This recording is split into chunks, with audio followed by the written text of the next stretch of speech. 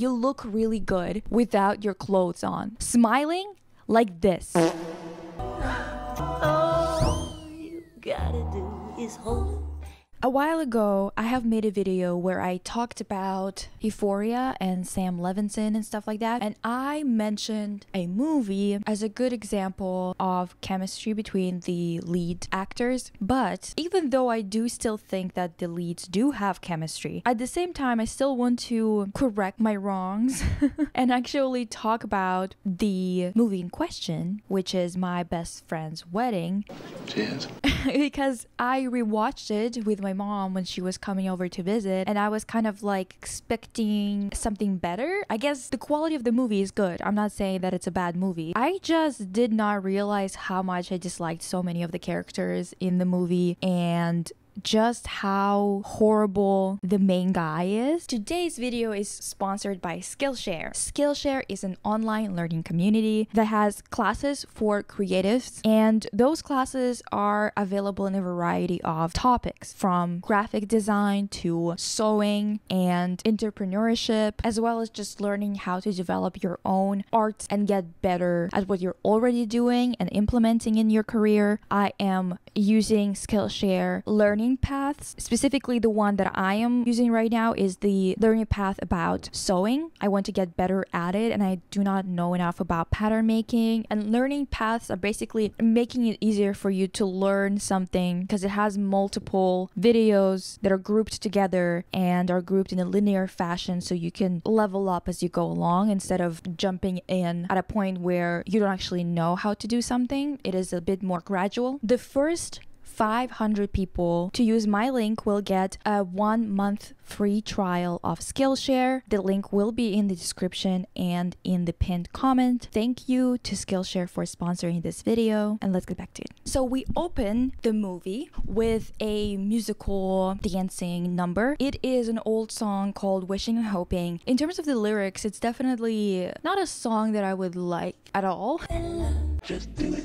But in terms of the delivery, it seems like there's a lot of humor added to it, exaggerating things a little bit. It is a very catchy song. Wishing and hoping and something. Interesting opening, in my opinion. The funniest part about it is the way that it looks a little bit culty, like the way that they are talking about the wedding and being obsessed with getting the ring. Cult vibes. That is cool. You are normal. Then we open with a scene in a fancy restaurant, and we meet our protagonist, Jules, or Julianne. First of all, she's a food critic, okay? She's like a working professional, and I was just sitting there realizing that based on what they say literally a minute after, she's 28. She's going to be 28 in about 3 weeks, okay? People used to have proper jobs at 28 already, not junior positions or beginner positions, entry-level jobs that require master's degrees. Isn't that crazy how life has changed in the past 30 years? It's just fucking insane. Like, unless you have connections, you're not gonna have a position like this until you're like at least 35. That's how bad it is. I was just watching it like, wow, people used to actually have the privileges of being an adult when they were an adult. You weren't just given all the responsibilities and none of the good stuff. And now most of the population cannot even enjoy the good stuff of being responsible for your own life. Crazy. In any case, they're talking. She's talking to her friend. They're talking about who left her a message on her voicemail, and it is Michael, our love interest, I guess, of the movie. What I need you to notice here is how she's saying, oh, he sounds desperate to talk to me. They have agreed when they were 20 years old or 19 years old that if by the age of 28 they don't marry anyone, they will marry each other. 28? It just seems really strange to have a pact to marry somebody, kind of like your settling pact. When you cannot find anyone else, you'll marry each other. That's like a thing you agree on for maybe when you're 40, if you want something very specific and you need a partner for that specific thing. 28 seems like a really strange age to pick. Seriously? You guys would give up on whatever you want in your partner and settle at the age of 28. Based on who I am, I would say don't ever settle, because if you're not dead, I don't understand why you'd be settling, but whatever. In any case, they're talking about how in the past they spent like a month or something like that in Europe or somewhere. Honestly, don't remember, but they spent it somewhere. They were like in love or whatever, but she became restless and she didn't want to be in a relationship. Obviously, she was 19, and that's when they decided to do this whole thing, right? So her friend tells her, well, you're gonna be 28 in 3 weeks, right? So maybe he's calling about that. And then she comes to her hotel room, she calls him back. Listen, this is where we're gonna start having this conversation about how weird their friendship is. And obviously their friendship is like, it's never been a proper friendship. There have always been kind of a little bit too touchy-feely, a little bit too inappropriate for a friendship. And there are some friends you could be flirting with, whatever the hell, and it's not weird because you just don't see each other like that at all. And then there's people like this, okay, where they genuinely do see each other like this. I'm gonna point out so many situations, so many instances where he's stepping over the line and she's stepping over the line, okay? In any case, she calls him, he says, hey, beautiful. He opens with, hey, beautiful. Hey, beautiful. All right. The tone, though, the tone was not all right, but whatever. He tells her that he wants to say something important to her. She's like, oh, let me say something first, because she wants to kind of stop the whole conversation before it even starts, because she assumed that he would be talking about that pact. So she tells him, you remember that night in whatever place we were in or whatever? Unbelievably insane night that we spent in Tucson. But Are you kidding? I think about that night all the time. Oh, are you kidding? I think about that night all the time.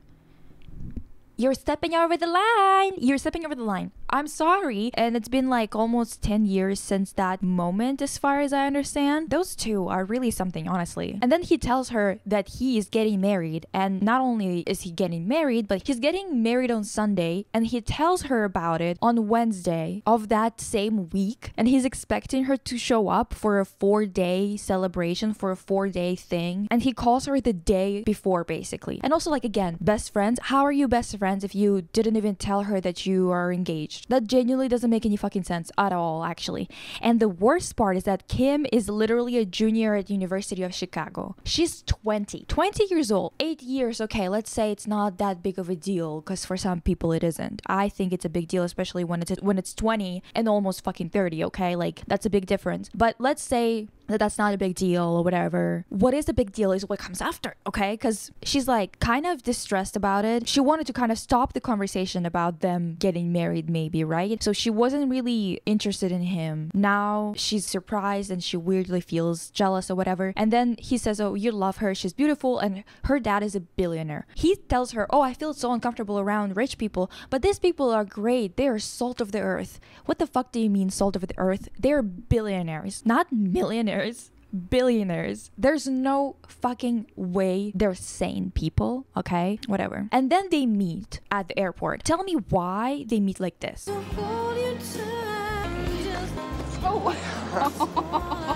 This is so over the top, and I need to make this distinction here right now that yes, I do think that both of them are stepping over the line, but he is the one who is getting married. He is the one who is engaged. He's the one who is literally about to be a husband to somebody else. She's single. Even though I wouldn't say that this is like good behavior to be too touchy-feely with somebody who's already like taken and stuff, it's just more of a red flag that he's like that, because he's the one who is supposedly in love, right? He's the one who is taken. He's the one who's getting married. So his behavior is what's more upsetting here, because Jules did not promise shit to anybody, at least. He did. So his behavior is just genuinely insulting. And then she meets the new girl. She's like, oh my god, this is gonna be so perfect. She's like a little bit too excited and really close in terms of just proximity. She immediately starts hugging her. She asks her immediately to be her maid of honor, which is absolutely insane. She literally tells her, like Jules tells her, maybe you should pick somebody who you know for more than 45 minutes, because it's insane, honestly. She basically tells her that her one friend who was supposed to be maid of honor broke her pelvis. She did that at spring break. So this is the type of age demographic we're dealing with here. Kimmy, her maid of honor, broke her pelvis on a spring break. This is the age demographic that this man is marrying into, you know? Like, how he's not feeling uncomfortable, I don't know, because because I just got hit on by a 19-year-old literally a week ago or something, and I felt so weird. And that guy was only a year younger than this girl, and I am younger than Michael, than the love interest. I felt uncomfortable already. What is going on? What is going on? She talks about the bridesmaids, right? And she's like, oh, the bridesmaids are my only two female relatives under 40, debutante sisters from Nashville who are basically vengeful sluts. What is going on? I don't even know what to say about that. Honestly, like, I wrote down the notes about this moment. I don't have anything to say. I just needed you to know that she said that. So then they're going to try the maid of honor dress, and Jules is like, well, why is the dress different from everybody else? I thought that I'm supposed to be wearing the same dress as the bridesmaids. And she's like, oh, not you. You wouldn't be comfortable unless you were distinctive. What is that supposed to mean? She's like bright and sunny and friendly, but then she just says things like this, directly tells her that Michael constantly talks about her. It's just such a weird ass dynamic. So then she goes, Michael and I were a wrong fit right from the start. Kimmy goes, he said that too. Immediately we see that Jules did not like her saying that. And it's kind of like what we're getting here is that both Jules and Michael are weirdly possessive over each other. Both of them are egomaniacs, honestly, but at the very least, Jules isn't trying to marry a child. Okay, not a child, but a very, very young person. Then she is changing in the change room, and Michael walks in with the dress, and she's like, oh, hi. Like, she's kind of confused, and she's like, oh, well, like, trying to cover herself up. And he's like, oh, want me to turn around or something? Want me to turn around or something? Yes? Like, yeah. And he's like, I've seen you a lot more naked than that. I've seen you a lot more naked than that.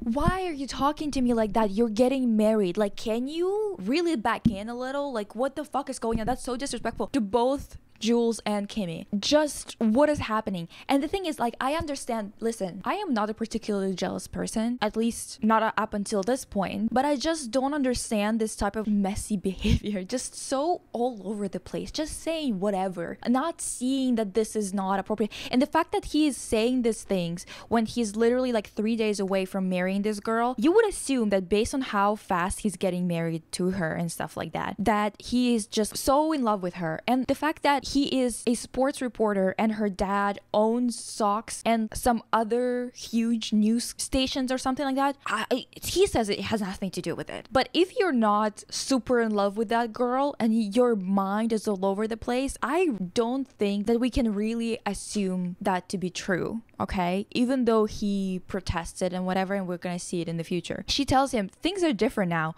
which is correct. Things are different now. What is, like, how do you not get it? You can see somebody naked, and then when you're not together, seeing them naked would be inappropriate. How is that hard to understand? You can't just be with someone, see them naked, and think that it's normal for you to see each other naked for the rest of your lives. Like, it's just this is just such nonsense. I genuinely don't understand what's wrong with him. And then he has the audacity to say this. You look really good without your clothes on. Smiling like this. Like, he pisses me off. And the thing is, this actor, he's like really attractive. The type of attractive that's actually attractive. Not people who are all the right angles, perfectly symmetrical, perfectly this and that, but just don't have it. You know, they don't have the thing. I don't know what that thing is, but they don't have it. That's like what we get most of the time nowadays. It's like, technically they could be on like an advertisement. What was the name of that store? Abercrombie and Fitch? I don't know. That style of clothing has never been my thing, so I don't entirely know. But the models there always look the same, exactly the same. It's kind of like as if they're being fucking cloned or something. And those people, they don't really translate to film very well. This is the type of looks that Mormon boy has with a weird ass name. Lucky Blue Smith. That guy. Remember, he was like really popular on Tumblr or whatever. And when you saw him speak or walk or talk, immediately his allure just disappears, because he is only like, he's a model type. You can take a picture of him and he can have something in the picture, but then when you have to see his vibe and his personality shine, it's just not there, or it just doesn't have allure, you know? Maybe his personality is there, but it just doesn't have any actual pull. And this guy is genuinely attractive. This is the guy who was in New Girl, and when I saw him there, and he's of beekeeping age at that point, I was like, okay, now I get it. I usually do not understand girls liking anyone who's older. I just don't fucking get it. But with this guy, I'm like, okay, You have a point. You have a point, Jessica Day. You've got a point. Now, this was so inappropriate. I was just sitting there like, oh, come on. And she was on the phone with her friend. And as soon as he closes the door, she's like, oh, she's toast. Because of course she would think that. Because you can't be saying shit like that when you're marrying somebody else and think that everyone's just gonna respect your relationship and stuff like that, because you're not holding up your end of the deal. Do you know what I mean? She's talking to Kimmy, and Kimmy is telling her that she's gonna drop out of college, okay? So she's not going back to school, and she's going to travel with this guy, with Michael, to his stupid ass gigs all over the country where he constantly writes articles or whatever, or news shit about sports, which is just ridiculous. She's not going to, you know, have her own life or anything, because she's gonna be just traveling with him to his work events. Jules asks her like, do you really want to fucking do that? And she goes, yeah, look, I've been everywhere, I've seen everything, I want to be with the man I love, that's what makes it a honeymoon. They're not even going on a honeymoon, by the way. The girl is rich as shit, and they're not going on a honeymoon because he wants to go work or whatever. And it's like, okay, you're just being annoying at this point. You are like, okay, you want your own job, you don't want to be reliant on her dad, whatever the hell, right? That's totally fine. But you can't just not have a honeymoon because you want to be reporting on stupid ass baseball of all things. Baseball, ugh, what? And this girl saying, oh, I've seen everything and I've been everywhere. This is so 20-year-old girl that has never, like, doesn't actually know life. She's seen places, but traveling places does not actually make you engaged with those places. There's also some people that have been traveling their whole lives, and they know that they need to engage with things, and they talk to locals or whatever, and they're still the dumbest bitches around. Like, no wisdom whatsoever, nothing behind those dim eyes. You've met people like that, I'm sure you have. So when people say things like that, like, oh, I'm rich, that's why at 20 years old I just know everything because I've been everywhere, and it's like, that's not the point. That's not the point. Being in Aruba or whatever on your own at the age of 16 is not the same as going on a honeymoon with your husband. That's not the same. That's not the same thing. That's two different experiences, even if you're going to Aruba again. My God. Everyone is pissing me off. I need to hurry up. Anyway, so they're talking about it. Kimmy tells her that, oh, it's you. You are the problem because you'll always be in his mind, this perfect creature he loved for years, whatever. And it's kind of the same thing for Jules in a way, except she didn't actually look at him as like a perfect creature, whatever, as much as she enjoyed him loving her so much and grown to just see it as some kind of given that she feels this kind of claim to his existence and his love or whatever, which is also egotistical. Both of them are insane, honestly. Michael and Jules. And then it turns out that she also told everybody about it too. By she, I mean Kim. She told everyone that he compares everyone to Jules, that Jules is like this perfect creature. And it's so awkward to be at a wedding where everyone knows that kind of information. It just makes no sense. Why would Kim fucking tell everyone? Oh my God, it's the bride and the woman she'll never live up to. That's crazy talk for a wedding, okay? Next, they're at the baseball game and she like says hello to a bunch of people, and one of them, she sits down on his lap and kisses him. I can't bear, okay? I cannot bear casual kissing on the mouth with randoms as like a greeting. And I know that there's cultures that do that. I know that, like, for example, to me, kissing on the cheek is normal. Like, I've lived in Cyprus, as you know. I'm pretty okay with like kisses on both cheeks or whatever when you meet and when you part. That's like part of their culture, for example, right? But on the mouth, bitch, no. Not family either. I hate that shit so much. I cannot bear it. Can't you just kiss him on the cheek like a normal person? What the hell is going on? And that in particular is not really a cultural thing. It's more usually a family thing. One family would think that it's normal, another would think that it's weird. And I'm one of those people who think that it's weird, okay? It's weird. And also, she flirts with this child too much. He's also, I think, maybe like 19 or something along those lines. So he's almost Kimmy's age, but he's treated like a complete child, which is interesting. I'm not gonna die on this hill. I don't know exactly whether he is her age or not, but he couldn't be that much younger. He would be maybe 16 at the least, which then makes him younger than Kimmy by only 4 years, to compare to her being younger than Michael by 8. With the maid of honor. please, no.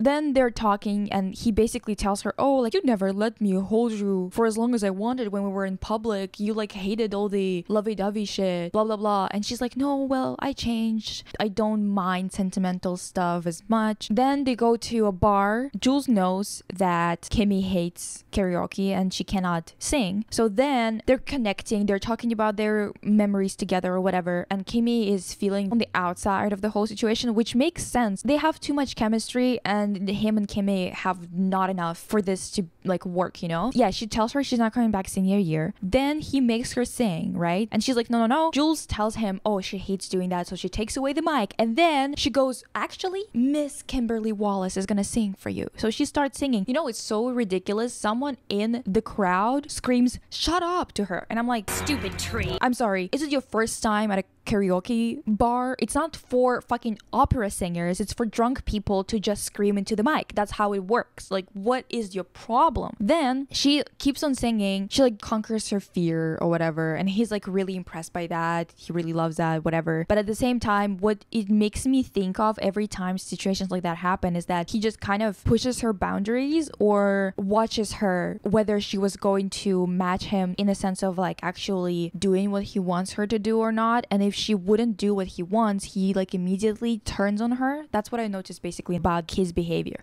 He just wants her to do whatever he wants, and as soon as she's not agreeing to something, he switches on her. It's so aggravating. They send her in a taxi to her grandma or whatever, and they spend time alone. They're talking. He's like, oh, do you like her? She's like, oh, well, no, like, yeah, I do. And he's kind of like, well, what do you mean? Blah, blah, blah. And then Jules tells him, well, there's this type of sacrifice that she's making. And he's like, what kind of sacrifice? What the fuck are you talking about? Leaving school? And she's like, well, not just that, honestly, all of it. Because it's not that she's just leaving school. She's leaving her friends. She's not going to be able to make any new friends because they're going to be constantly going from city to city and staying there for like, what, 3 days at a time, maybe? At best. And then see where you travel 52 weeks a year to places like, and she like names a bunch of stupid ass towns, I don't know them. And then she says something that I was actually wondering about, which is her father owns the Sox and Cable Sports. I'm just surprised it hasn't come up, that's all. So he tells her, well, they're not like that.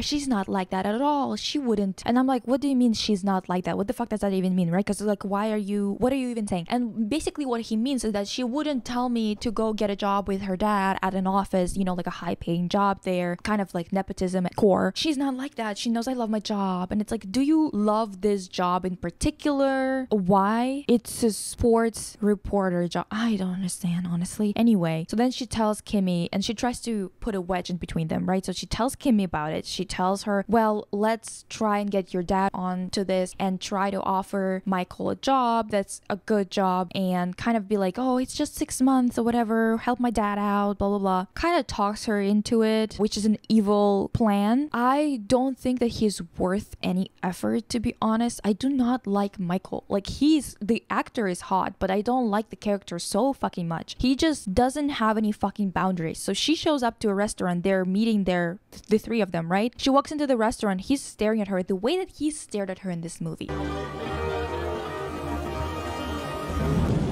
Wow. You look beautiful. Thank You you. have a date later. It's the way you look tonight. Remember? I swear to God, it's just so inappropriate. He doesn't stare at Kimmy like that. And she's the one he's marrying. And then he goes, you look beautiful. Do you have a date after? And then he says to her, okay, kid. You're up. So she tells him, and then he immediately thinks, well, you set this up. Your dad doesn't actually need this. Do you think that he would come up with such a thing? It's like, it's all you, you know? First of all, it already implies that he is undermining her intelligence. He's saying, like, what do you think? I'm stupid. I know that you came up with that. Your dad, who's smart, in quotation, wouldn't come up with this bullshit. It was you, you know? It's already insulting. He's like, why wouldn't you be honest? And then she is saying something that she actually thinks, which is, all of a sudden, I'm supposed to drop out of school, forget my family, forget my career, forget everything I ever planned for. And then he goes, what does it mean? And she's asking him, what about my life? And he's like, forgive me for screwing up your plans. Glad I heard this before it's too late. He's saying this to her, what, 2 days before the wedding? He's insane. He's such a baby. He's such a child. Everything he says pisses me off. The way that he constantly crosses boundaries, the way that he constantly flirts with Jules and stares at her in a way that he does not stare at his own damn bride. It's pissing me off. Everything is pissing me off, honestly. My job is not good enough. I'm not good enough. Say it, Kimmy. Say what you actually mean. I'm supposed to just roll over and drool. And she starts crying because obviously she is such an impressionable young girl. He basically likes her because she rolls over and drools. That's what he wants, basically. He does not want to fit into another person's life and for them to fit into his. He wants somebody who will not have an opinion, who will not have character, who will not have anything to say back to him. He's like, I'm an insensitive, sexist asshole. You're better off without me. Like, tell me this. And she's like, no, I was so wrong and you're so right. And she's literally groveling, crying, debasing herself in the middle of a full restaurant, no less. That just wasn't fair. You must forgive me and forget this ever happened or I'll just die. You have to forgive me and forget this ever happened, okay? Or I'll just die. Everything is pissing me off about this. Why is he making a scene in the middle of a fucking restaurant too? He could have said, okay, you know what? I don't like this conversation. Let's talk about it when we get home or something along those lines. Why are you having the scene where she is literally begging and crying in the middle? Like, he doesn't mind embarrassing you in front of God knows how many people over something dumb as shit. Like, it's genuinely ridiculous. Anyway, so they're like, I'm sorry, whatever. Then her friend shows up. By her, I mean Jules. He's there to help her out, figure things out. Honestly, at this point, Jules and Kim should get together because they like each other more than Michael likes either one of them. Honestly, it's fucking ridiculous. She said, if I didn't have to hate her, I'd adore her. She's talking about how, like, if I'm breaking her heart in the short run, but really I'm doing her a favor. Actually, she's right. But the biggest favor would be to leave Michael alone in general because he does not want a partner. He wants a servant. That's it. He just wants some kind of convenience or something along those lines, honestly. So her friend actually asked her, do you love him or is this about winning? Because he's right. How did she just all of a sudden switch up like that, right? And it's all because she felt some kind of claim on his love, right? So she tells him that at first it was like that, but now it isn't. He's just so wonderful. How come I did not see it when I could have him, whatever. So her friend tells her, well, tell him that you love him. Tell him that you loved him for 9 years and you just were too afraid to say something or too proud to say something. He needs to choose or whatever, right? And then they see Michael and Michael sees them kiss because those two also kiss on the mouth all the time. I don't know what's going on in this movie with like kissing on the mouth. That's not a romantic kiss. I don't know what's going on there. I don't. But everybody's doing it. So then they're talking. She tells Michael that her friend George is actually her fiance. So she tells him that they're engaged. And then this scene happens, okay? I told him that we're engaged. And then she tells him, oh, he's racing back to New York. He came for a few hours to fuck me.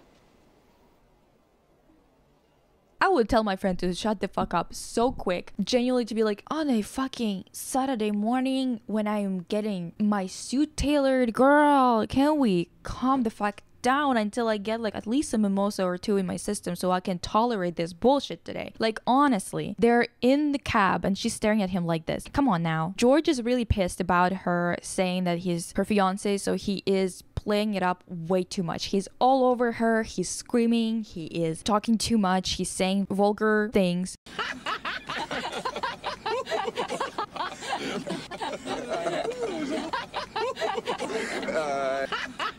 And why would you do that? Dang. There's this whole scene of them just screaming and crying. Underplay. Got it. Hey! No, I was so carried away.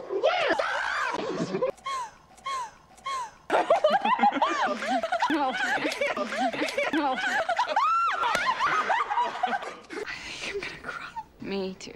Of course, the song moment where he tells everyone that he met Julianne at a mental institution. I first met Julianne in a mental institution. Okay, we don't all need to know. I'm very curious. Fantastic. He is a legend and he is the moment. The entire time, Michael is just so angry at them. The entire time. Stupid tree. You can see how jealous he is, which is once again, you're getting married tomorrow. Why is your behavior like this? See, like she kisses him and he's just like a statue. What are you doing? What are you doing? So she asks George when she is at the airport and she's telling him like goodbye or whatever because he's going back to New York. He tells her to tell Michael how she feels. She's like, what will he do? And George tells her, he'll choose Kim. But you came to do this, so do it. What are you waiting for, technically speaking? She gets in the car. She's like, George isn't my fiance, Michael. She did not tell him that he's gay, but she told him that they're not together anymore, whatever. And like, he can't accept it. But George could never stuck up to the one man I measure everyone against, which is Michael. She's stepping over the line here because that's too far. But she's not the one who's engaged though, so I can't be mad at her too much to compare to this guy. He's like really happy about it. Dude, you're getting married tomorrow. What is wrong with you? Then he literally straight up tells her that when you told me that you were marrying George, I got this strange feeling. You were jealous? Crazy jealous. What's wrong with you, Michael? And then he goes, I'm sorry. And then he goes even further because it wasn't inappropriate enough. It wasn't far enough. And he goes, can we maybe spend some time alone this afternoon? Would that be okay with you? They go to this boat thing. And he's like, I've been thinking a lot the last couple of days about this. About us, I mean. Past couple of days.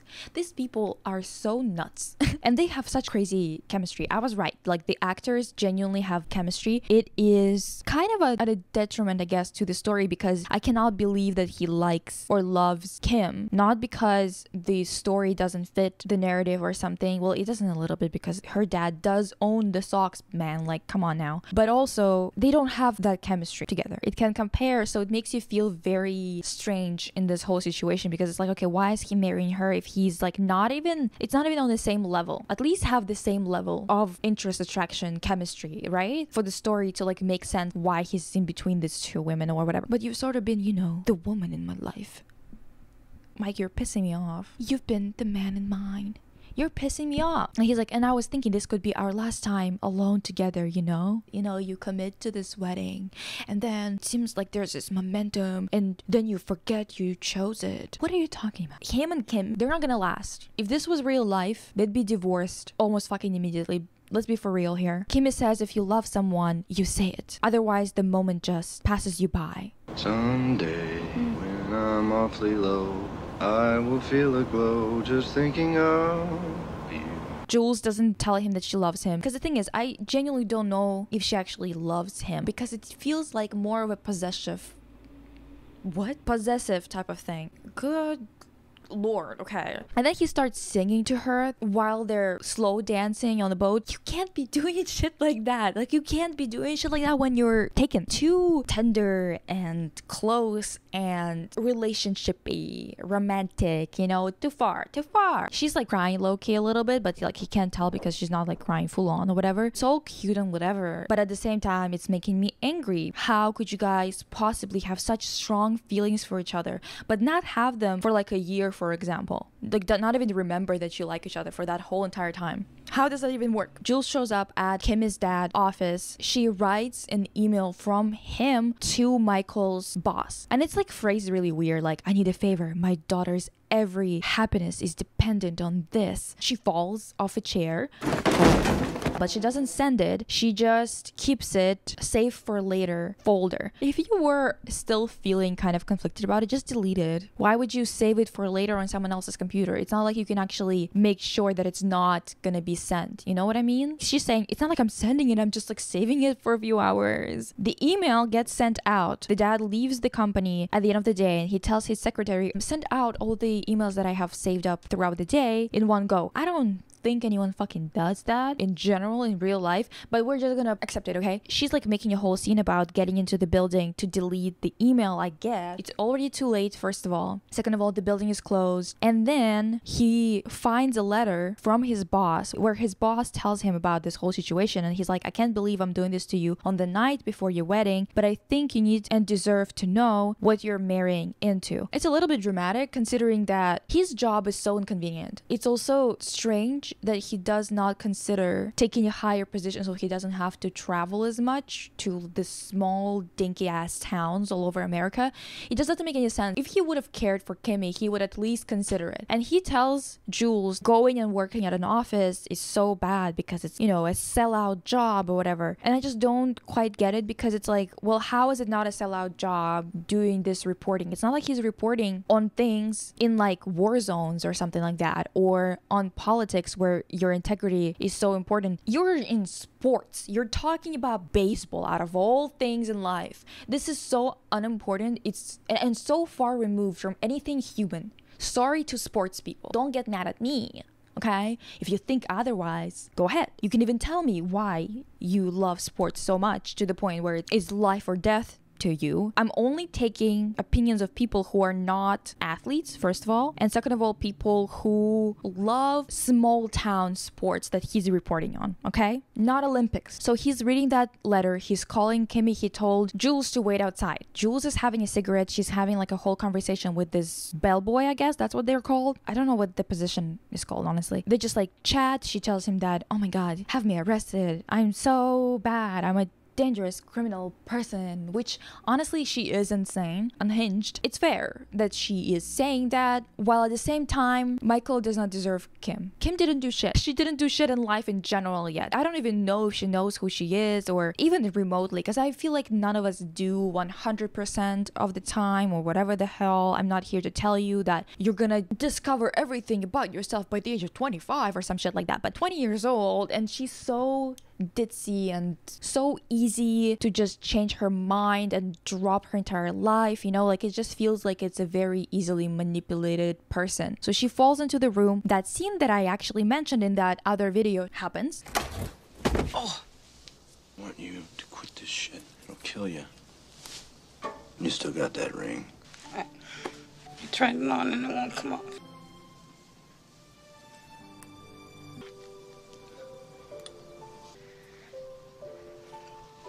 It is still quite chemistry filled. Once again, this movie is a good movie. I just hate so many things about these characters that I didn't know about before, so I need to correct my wrongs, okay? I can't just have this information out there that I said, oh my god, they have such chemistry, and not comment on other things that piss me off, okay? So he tells her that he wants to be alone, even though at first he's like, oh, I'm glad that you're here, and then immediately after she's like, oh, you want to get food or something? He's like, no, I just want to be alone.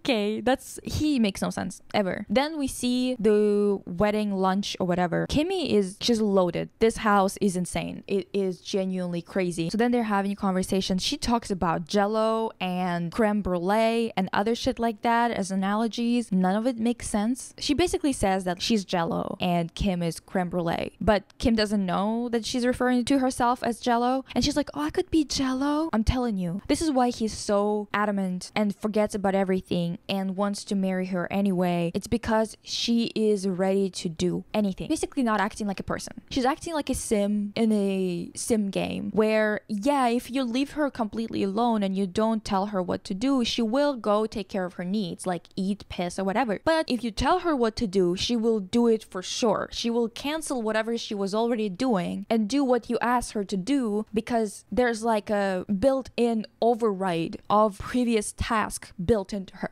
I think that it's basically because she's just too young. So she tells her, I could be Jello. And she's like, no, you can't be Jello. You're never gonna be Jello. And she's like, I have to be Jello. Good God, this girl, I feel bad for her. It's such a mess. She's like, you see, I do want him to work for my father, and I want to stay in school, and I want a life of my own, but I want to marry him, blah, blah, blah. Jules goes back to Michael to talk. He asks her, does she still love me? Jules is like, well, it's a strong word, love, whatever. And he's like, Jules, come on now. And she says, yeah, she loves you, whatever. Then we get chipmunks.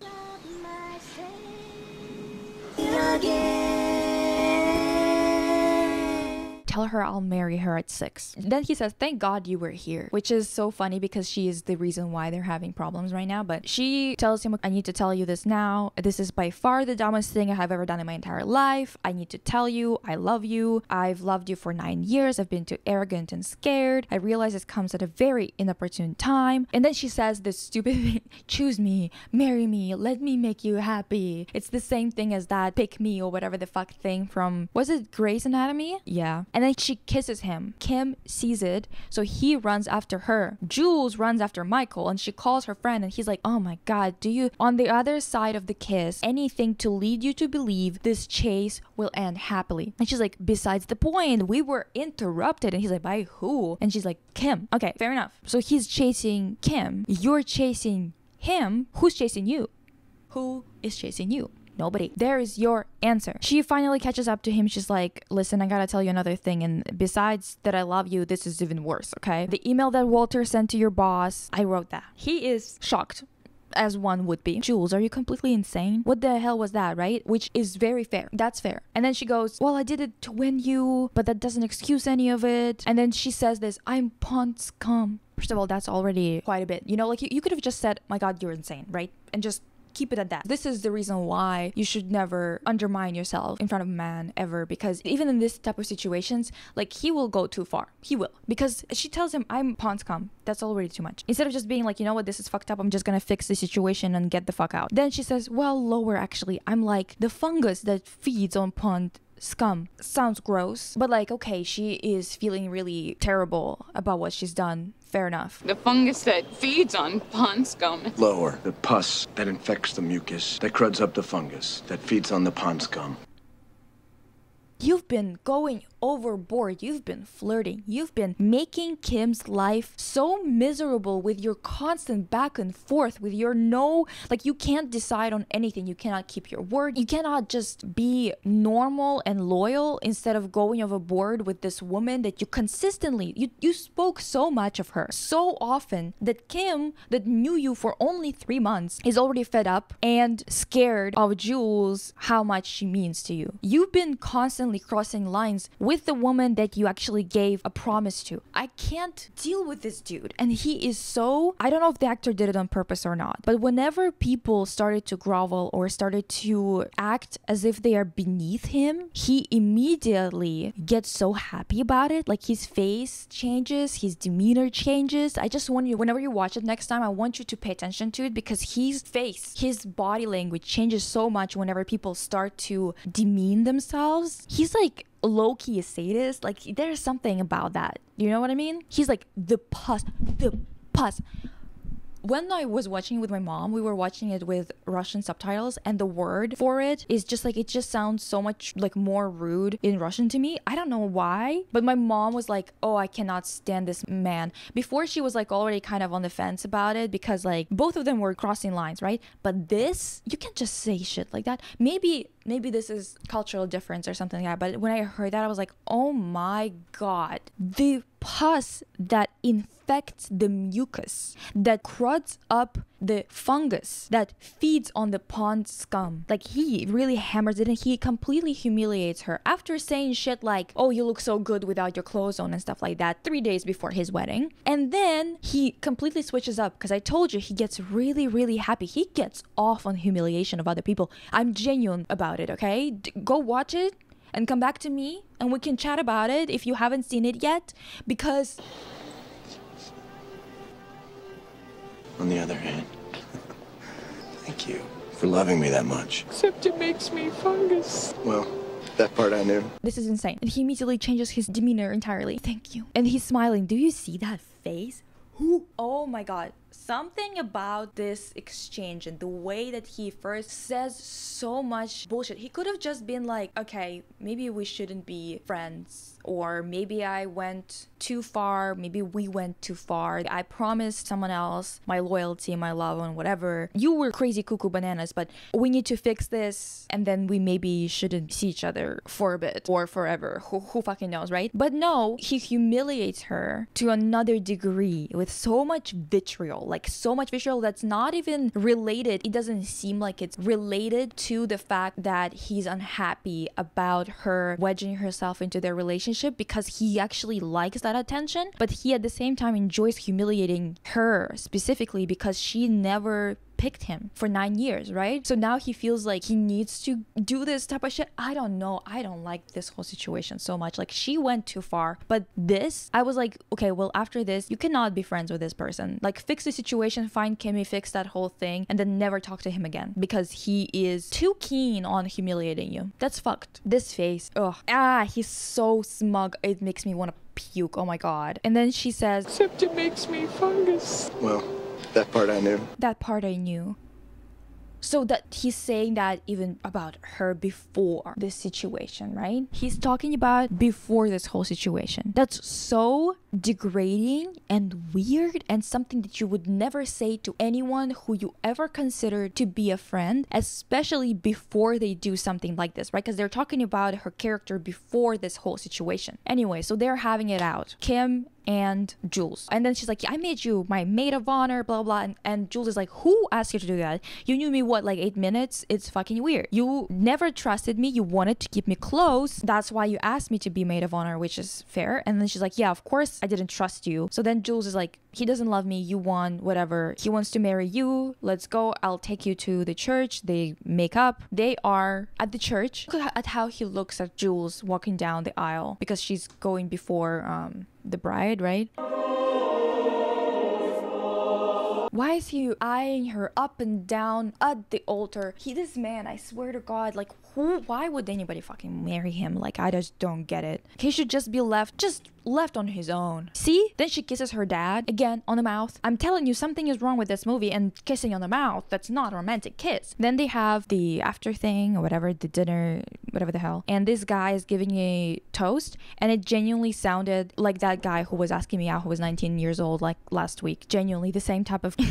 She gives a speech, then they're leaving, and he comes to say goodbye to her, to hug her, and look at how he looks at her again. Was that just like an accidental thing that the actor did because they had chemistry in real life or something? Or what happened there? Or is Michael just supposed to be an asshole? Because I think that he's supposed to be an asshole, but maybe not as much as this. I can't tell. She's talking on the phone with George, and he's like, oh, I can just picture you sitting alone in your lavender gown, probably drumming your fingernails on the white linen tablecloth. And he just describes what she's doing, and she's walking around the place, and she finds him. Really cute. He's being a really great friend. He comes towards you, gay.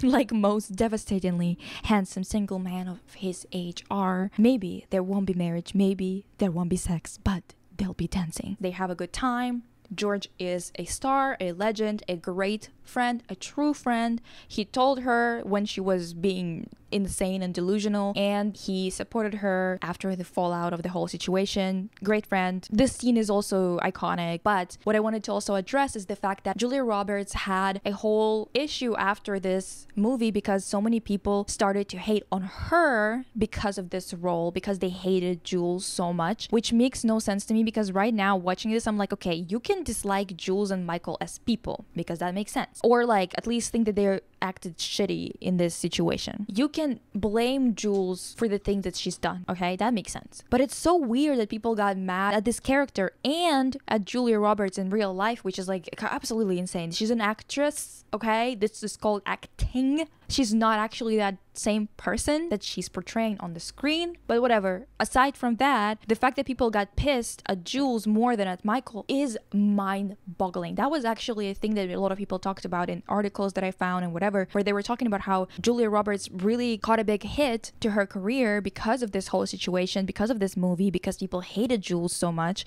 And I do not understand how people could get out of this movie liking Michael more than Jules. I'm not saying that Jules did good things or that she was right to be sabotaging their relationship or anything along those lines, but it's so strange to like a guy who's marrying a girl that can't even drink at a bar yet. Like she's genuinely not even able to order a drink while they're all at a karaoke bar. That's how young she is. Someone who is definitely beneficial for him in terms of career or whatever, but he is ruining her life and her future, her education, her relationships with her family and friends because he's gonna be taking her away for so long. He's not even taking her on a goddamn honeymoon, which is absolutely bonkers. He is constantly saying too much, doing too much, is crossing boundaries, disrespecting his own damn promise to Kim by being so inappropriate with Jules. And he's so excited and so happy whenever someone is literally crying and sobbing in front of him. It's crazy. And after all that, people were mad at Julia Roberts, not even Jules in the movie, but Julia Roberts. People are sick. People have issues. Thank you for watching. Let me know what you want to see next if you have some kind of suggestions. The reason why I'm not posting as much is because I'm working on the deep dive and I'm really trying to keep it moving quicker because it's driving me crazy how long it's taking, but it's just like every day, it's full day, at least 10 hours on a damn deep dive, and it's not moving fucking anywhere. Like, I mean, it is moving, but it's just so slow because the project is so big and I don't have editors or writers or anybody. I have to do everything myself. So it's taking fucking ages and it's driving me insane. Thank you for watching. I will see you soon. Bye.